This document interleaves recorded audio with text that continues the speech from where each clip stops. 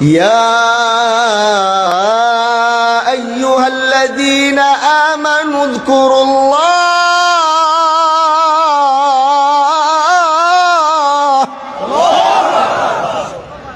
আল্লাহ পাকে আয়াতের মধ্যে ঈমানদারদেরকে ডাক দিয়েছেন। আল্লাহ এই জায়গায় চাইলে ইয়া আইয়ুহান নাস বলতে পারতেন। কোরআনে আল্লাহ দুই ভাবে বান্দাকে ডাক দিয়েছেন। এক হলো কখনো কখনো আল্লাহ বলে ইয়া আইয়ুহান নাস, আবার কখনো কখনো আল্লাহ বলে ইয়া আইয়ুহাল্লাযীনা আমানু। যখন আল্লাহ বলে ইয়া আইয়ুহান নাস, তখন আল্লাহ দুনিয়ার সবাইকে ডাক দিয়েছে। তার মধ্যে হিন্দু, বৌদ্ধ, খ্রিস্টান সবাই রয়েছে। কারণ নাস মানে কি? আওয়াজ করে বলেন না, নাস মানে কি? আরো জোরে বলেন না, নাস মানে কি? আল্লাহ যখন বলে ইয়া আইয়ুহান নাস, তখন আল্লাহ দুনিয়ার সব মানুষকে ডাক দিয়েছে, যার মধ্যে ধর্ম বর্ণ সবাই রয়েছে। কিন্তু কখনো কখনো আল্লাহ ইয়া আইয়ুহান নাস বলে নাই। আল্লাহ তখন বলে ইয়া আইয়ুহাল্লাযীনা আমানু, ইয়া আইয়ুহাল্লাযীনা আমানু। তখন একটু প্রাইভেট আলাপ, তখন এই উন্মুক্ত আলোচনা নয়। যদি এখানে আমি আলোচনা করছি, এটা আমার উন্মুক্ত আলোচনা, কিন্তু এমপি সাহেব নিয়ে যে আস্তে করে পিছনে গিয়ে কথা বলি সেটা কেউ জানবে না। এটা আমার সাথে তার প্রাইভেট কথা। আল্লাহ সেই একইভাবে কোরআনের মধ্যে যখন নাস বলছে তো সবাইকে ডাকছে। কিন্তু আল্লাহ যখন বলে ইয়া আইয়ুহাল্লাযীনা আমানু, সেই জায়গায় আল্লাহ পাক দুনিয়ার কাউকে ডাকে না আর শুনাইতে চায় না। বলে তাহলে আল্লাহ কাদেরকে ডেকেছে? বলে যারা আল্লাহকে দেখে নাই কিন্তু তারপরও আল্লাহর উপরে ঈমান এনেছে, যারা আল্লাহর জাত ও সিফাত কোনোদিন দেখে নাই কিন্তু আল্লাহ বলে তাকে মেনেছে। আমানতু বিল্লাহি ওয়া মালাইকাতিহি ওয়া কুতুবিহি ওয়া রুসুলিহি ওয়াল ইয়াউমিল আখির ওয়াল কদরি খাইরিহি ওয়া শাররিহি মিনাল্লাহি তাআলা ওয়াল বাতি বাদাল মাউত। যারা এক কার উপর ঈমান এনেছে? আওয়াজ করে বলেন না, কার উপর ঈমান এনেছে? এটাই মজমার আওয়াজ না, ঈমানের আওয়াজ দিয়ে। আল্লাহর নাম বলতে হলে ঈমানের আওয়াজ দিয়ে উচ্চারণ করবেন। বলেন না কার? আরো আপনাদের সংসদ সদস্য যখন কথা বলে দেখছেন কেমনে কথা বলে? তার ঈমানের পাওয়ার যদি এরকম হয়, আপনাদের তো এই ঈমানের আওয়াজ হলে হইবে না।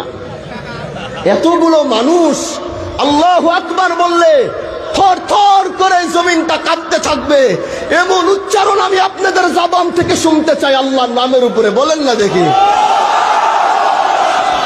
এই এখন বোঝা যায়, এখন ঠিক আছে, এখন মনে হয় ইমানদারদের সামনে বসেছি।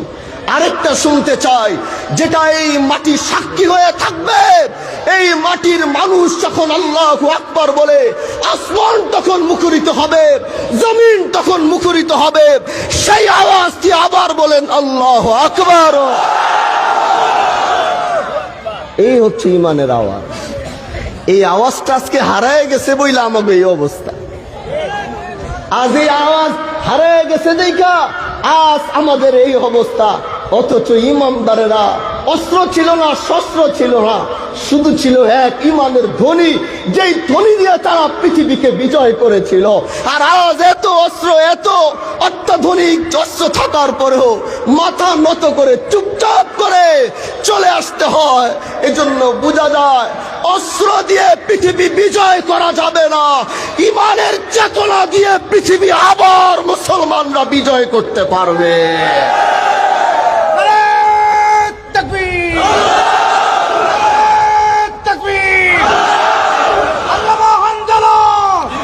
মেরে দোস্ত, মেরে আজিজ, এবার আল্লাহ বলে আমি কাউকে ডাকি নাই, আমি তোমাকে ডাকছি। তুমি কে জানো? তুমি হচ্ছে সেই বান্দা যে বলছো লা ইলাহা ইল্লাল্লাহ মুহাম্মাদুর রাসূলুল্লাহ। এ বান্দা, ইয়া আইয়ুহাল্লাযীনা আমানু যকুরুল্লাহ। আমি তোকে ডেকে বলছি, তুই কি করবি? আল্লাহকে স্মরণ কর, আল্লাহকে ডাক। বলে কেন আল্লাহ এই কথাটা ইয়া আইয়ুহান নাস বলে কেন বলল না? আল্লাহ কেন ইয়া আইয়ুহাল্লাযীনা আমানু দিয়ে বলল? কারণ আল্লাহ চায় ইমানদার বান্দারা দুনিয়া দুনিয়ার জমিনে তো এমনি কষ্ট করে। আল্লাহ চায় এই ইমানদার বান্দাকে তাআল্লুক মা আল্লাহ, সম্পর্ক যেন আল্লাহর সাথে তার তৈরি হয়। এই জন্য ইমানদারকে ডাক দিয়ে বলে উযকুরুল্লাহ। এতটুকু বলে তিনি থাইমা যাইতে পারতেন। তার প্রয়োজন নাই তোমার জিকির, তার প্রয়োজন নাই তোমার নামাজ, কিন্তু তারপরেও তিনি ডাক দিয়ে বলছে যিকরুন কাসীরা। বান্দা ডাকবি, কিন্তু কম কেন ডাকবি? ডাকার সময় একটু বেশি তো ডাকতে পারিস। এই জন্য নিজেই বলছে যিকরুন কাসীরা, ডাকার সময় একটু বেশি বেশি করে ডাকবি। এবার আল্লাহ বলে বান্দা ডাকার সময় বেশি বেশি ডাকবি, আর তুই যখন চাবি দেওয়ার সময় আমি আল্লাহ তোকে বেশি বেশি করে দিব। ও বন্ধু আমার, আল্লাহ বলে ওই যে জুমার নামাজে খুতবার সানি খুতবায় ইমাম সাহেব দেখবেন দাঁড়িয়ে বলবে ফাযকুরুনি আযকুরকুম ওয়াশকুরুনি ওয়ালা তাকফুরুন। তখন দেখবেন সবাই দাঁড়িয়ে যায় নামাজের জন্য। আমাদের দেশের মানুষ মনে করে যে ফাযকুরুনি আযকুরকুম ওয়াশকুরুনি ওয়ালা তাকফুরুন আরবিতে মনে হয় ইমাম সাহেব কইছে দাঁড়ায় কাতার সুজা করে। মুরব্বিগো কানে কানে এটা মুখস্থ। একটা হইলো মানুষের ঠোঁটে ঠোঁটে মুখস্থ থাকে, আরেকটা হইলো কানে কানে মুখস্থ। তার কানে এটা মুখস্থ আছে যে ইমাম সাহেব এটা কোয়া মানে খুতবা শেষ, এখন নামাজের দাঁড়াইতে। এটাই তো নাকি? এটা চিন্তা করেই তো সবাই দাঁড়ায় নাকি? মুরব্বীরা কি দাঁড়ান না এটা চিন্তা করে? হ্যাঁ, কিন্তু কোনদিন জানতে চান নাই এই যে এই শেষ খুতবায় আইসা ইমাম সবচেয়ে বলছে ফাযকুরুনি আযকুরকুম। কোনদিন তো জানতে চাই নাই। আজ এই ময়দান থেকে আমি আপনাদেরকে বলে যাচ্ছি, আগামীর জুমায় যখন আবার ইমাম সাহেব এইটা খতিব সাহেব আবার যখন এটা তেলাওয়াত করবে, তখন আপনার মনে পড়ে যাবে আরে হামদুলিল্লাহ সব তো ওই দিন মাহফিলে এই আয়াতটা তেলাওয়াত করে বলছিল কি জানো? আল্লাহ বলে ফাযকুরুনি, বান্দা তুই আমাকে মনে করবি, ফাযকুরুনি তুই আমাকে স্মরণ করবি, ফাযকুরুনি তুই আমার জিকির করবি, ফাযকুরুনি তুই আমাকে ইয়াদ করবি, আযকুরকুম আমি আল্লাহ তোকে মনে করব, আযকুরকুম আমি তোকে স্মরণ করব, আযকুরকুম আমি তোকে ডাকবো। এই মিয়া কি মনে করেছেন আপনি দুনিয়ার আমার মতো নগণ্য গুনাহগার, যার গুনার পাহাড় হয়ে গেছে, যার অপরাধের পাহাড় হয়ে গেছে, যার গুনার শেষ নাই, যার অপরাধের শেষ নাই, তিনাকে কে ডাকবে? जिसने आसमान बनाया तिनाके के डाकबे, जिसने जमीन बनाया अरे तिनाके के डाकबे, अरे जो जन्नत के मालिक है अरे আমার মতো গুনাহগার নগণ্যকে আসমান থেকে আহকামুল হাকিমিন যদি আমার মতো নগণ্যকে ডাকে, আমার দুনিয়া এর থেকে বড় পাওয়া আর কি থাকতে পারে যে আমার আল্লাহ আমাকে ডাকছে? আমার রব কি মিথ্যা কথা বলছে? আওয়াজ করে বলেন আল্লাহ কি মিথ্যা বলছে? কোরআন বলছে লা তাবদীলা লিকালিমাতিল্লাহ। আল্লাহ যেটা একবার বলে ওইটার কোনো তাবদীল হয় না, ওইটার কোনো পরিবর্তন হয় না।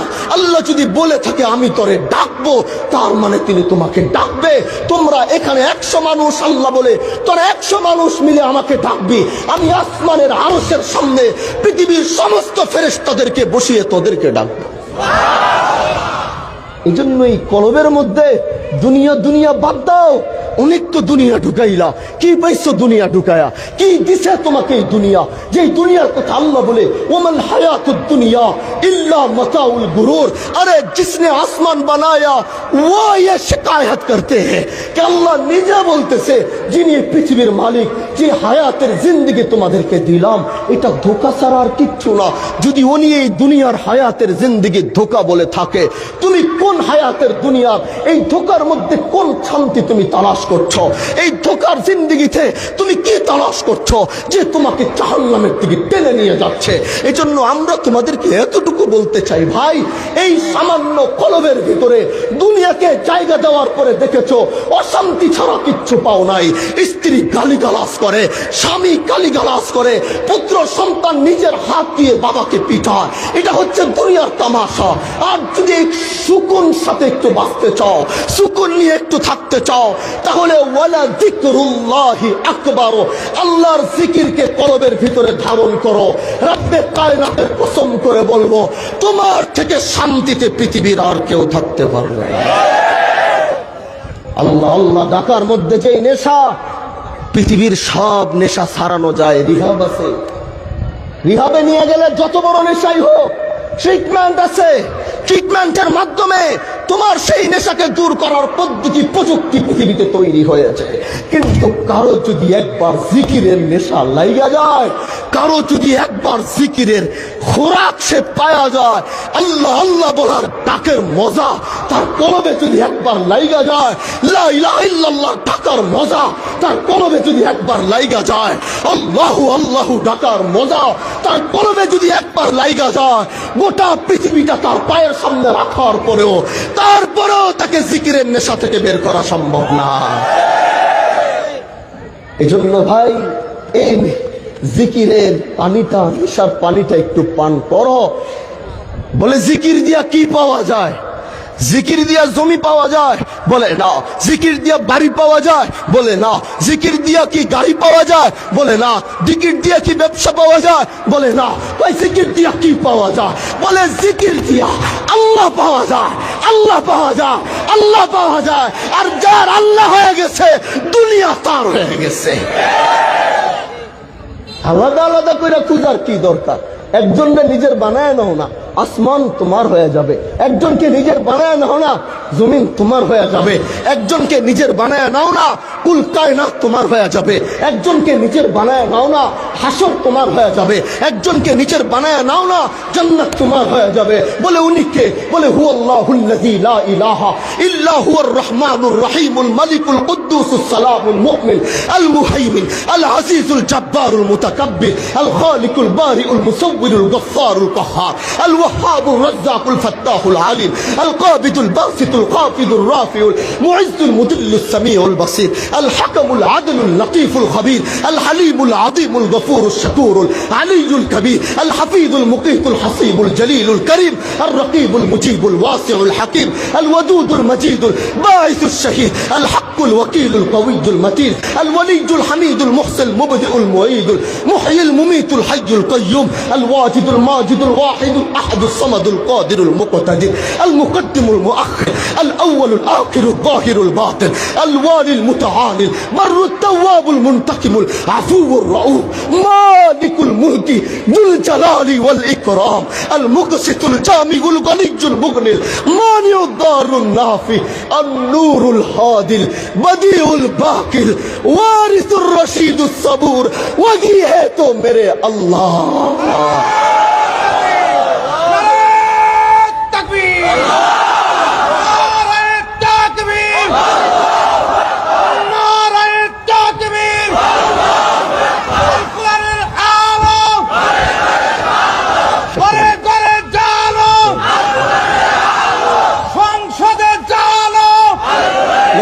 मेरे आजीज, আর বেশি লম্বা দীর্ঘ আলোচনা করব না। যতটুকু দিনের কথা বললাম মনে থাকবে তো ইনশাআল্লাহ। শেষ আয়াতে আল্লাহ বলে ওয়াসাব্বিহুহু বুকরাতাম ওয়া আসীলা, সকালের একটা সময়, সন্ধ্যার একটা সময়, দুনিয়ার সবকিছু একদিকে রাইখা একটু মনোযোগী দাও আল্লাহ আল্লাহ ডাকার মধ্যে। একটু আমাকে ডাকো, আমাকে ডাকো। তুমি আমাকে বলবা আল্লাহ। তুমি বলছো একবার, এই আওয়াজ যখন সাত আসমান ভেদ করে আরশে আজিম পর্যন্ত পৌঁছায় যায়, আমি তখন কি বলি জানো? বান্দা বলে না আল্লাহ আমি জানি না। আল্লাহ কয় তুমি ডাক দিছিলা মাত্র একবার আল্লাহ বইলা। এই আওয়াজ আমার কাছে আসার পরে আমি সাথে সাথে বলা শুরু করছি, ও বান্দা তোর আল্লাহ হাজির, ও বান্দা তোর আল্লাহ হাজির, ও বান্দা তোর রব হাজির, ও বান্দা তোর আল্লাহ হাজির, ও বান্দা তোর আল্লাহ হাজির, ও বান্দা তোর রহমান হাজির, ও বান্দা তোর আল্লাহ হাজির, ও বান্দা তোর আল্লাহ হাজির, ও বান্দা তোর আল্লাহ হাজির, ও বান্দা তোর আল্লাহ হাজির। তুই আমাকে ডাকছস একবার, আমি আল্লাহ তোর ডাকের জবাব 10 বার দিয়ে বলেছি তোর আল্লাহ হাজির। যাও না তোমার মালিকরে 10 বার ডাক দাও, 10 বার তার কাছে যাও, বিরক্ত হয়ে যাবে। একবার তারে ডাকো, 2 বার ডাকো, একবার চাও, 2 বার চাও, বিরক্ত হয়ে যাবে। ওনার সিফাত আর ওনার জাতি তো আলাদা। এই জন্য আল্লাহকে আগে চিনতে হবে, তার সাথে মোহাব্বত বাড়াইতে হবে। পারবো তো ইনশাআল্লাহ? আওয়াজ করে বলেন পারবো ইনশাআল্লাহ। আল্লাহ যেন আজকের এই মাহফিলকে কবুল করে। তার শেষ করার আগে আরেকটি কথা বলেই বিদায় নেব। বিদায় নেব বলতে বাবা আছেন, সংসদ সদস্য আমাদের মাসুদ সাহেব আলোচনা করবেন, বাবা আপনাদেরকে নিয়ে দোয়া করবে। কিন্তু যাওয়ার আগে বলছি, এখানে হাজী শরিয়াতুল্লাহ সমাজ কল্যাণ পরিষদ দেখেছেন আপনারা, দেখেছেন না?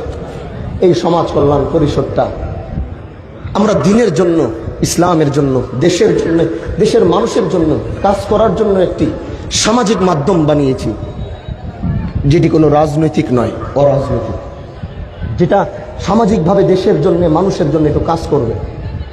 ভাগ্যিস ভালো আজকে এমপি সাহেব আছে, তার পাশেই বলতেছি, নলেজে থাকলে, তিনারও সহযোগিতা থাকলে তিনি আমাদের এইটাকে আরো বিদ্যমান করার জন্য, এলাকার মানুষের কাছে পৌঁছে দেওয়ার জন্য সহযোগিতা চাইলে উনিও করতে পারবেন।